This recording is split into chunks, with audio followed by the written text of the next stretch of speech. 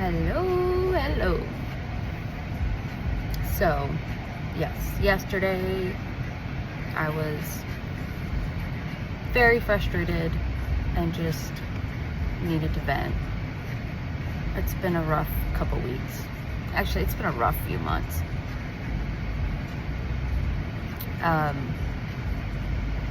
Back in February, I started having a lot of female problems, and I ended up in the hospital because I could tell my iron was getting really, really low again. Because I'm iron deficient, I don't absorb iron, and because of my female problems, what little bit that I do absorb and make iron, my body just cannot keep up with it. And so I could tell my iron was getting really, really low. I was exhausted, I was dizzy, and I just kept pushing off going to the hospital because I didn't want to deal with more medical stuff. Because when I had insurance, I tried to make an appointment with my hematologist. The hematologist that I've seen for 10 plus years, I called to make an appointment to get in with my new insurance. And the nurse was like, well, you haven't seen him in a little while. I was like, yeah, I haven't seen him in about 2 years because, once we get my iron up with the iron infusions and stuff, I don't have to go, but every once in a while. And I was like, I only have a few more months left with insurance, so I want to get in and make sure I can get my iron infusions and everything and get good. She refused to let me come in and see him without a whole new referral, whole new testing from the doctor and a diagnosis. And I'm like, ma'am, Dr. Perez has been my hematologist for 10 plus years. Nope, wouldn't work. So I couldn't get in to see my hematologist. And that was like right before we lost our insurance, because we just couldn't afford to pay. Because like for Jared on his own, insurance is like $40 every payday or $40 a month. I forgot what it was. But with me on it, it was $1,000 a month. We couldn't afford that. It was just insane. And I don't know if it's just because his company's a smaller company because they've only got like less than 50 employees. I don't know. But it was just ridiculous. And so I just felt awful. And then Jared had kept telling me, he's like, babe, I really want to take you to the hospital because you look awful. It got to the point where I couldn't drive because I was so dizzy. And so I finally went, and the doctor immediately, they're like, you look so pale. They're like, I can definitely tell something's up. Let's do your testing. He comes back and he goes, well, you're definitely staying. He goes, you are officially the lowest I've ever seen. My hemoglobin was 3.4. He goes, had you been like had I got into an accident or like I had a cut or like a stab wound or bullet wound or something and had lost that much blood and I had went that low, all at once, my body would have went in shock. He said I definitely would have been like in danger zone of dying, but because it had it happens over time. My iron goes up, and then over time it goes low, low, low, low, low.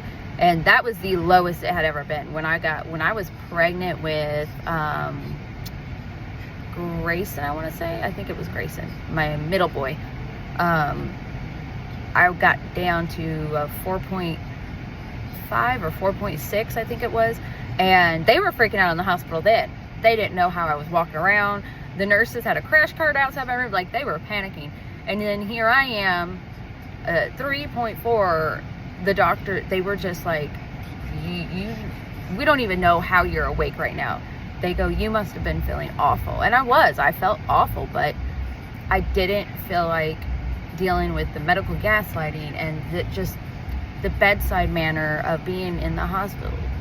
Just the past experience I've had in the hospital has just made me not want to get treatment when I do need it, and that literally put me at a danger level. So I dealt with that. I was in the hospital for 2 nights because I had to get they did 3 bags of blood the first night, and then it was 4 bags of blood the first night. Well, it's overtime. They have to do it a couple hours. It's not like they do it all at once. So over those first 24-hour period, I had 4 bags of blood, and that had only brought me up to 6 something. And so the doctor was like, we're gonna do another unit of blood, which is another bag of blood, and then they gave me 1 or 2 bags of iron. I can't remember. And so I was overloaded with fluid. I was so swollen and puffy, and she had to give me medicine on the other end because, of course, they had just filled my body with so much fluid, which will throw your labs off on the other side. So I was so swollen, and I was already dealing with a bunch of swelling, which I thought was just coming with old age. Come to find out, it was actually your body's response to the low iron, and not having the iron, and basically my hemostasis in my body was completely out of whack, so it was causing swelling all over, which I didn't even think that could be a symptom of low iron because I had never had that before. But I guess now that I'm older, and because my iron was so low, it was just really bad. I felt horrible. So I did that, left the hospital. I had color.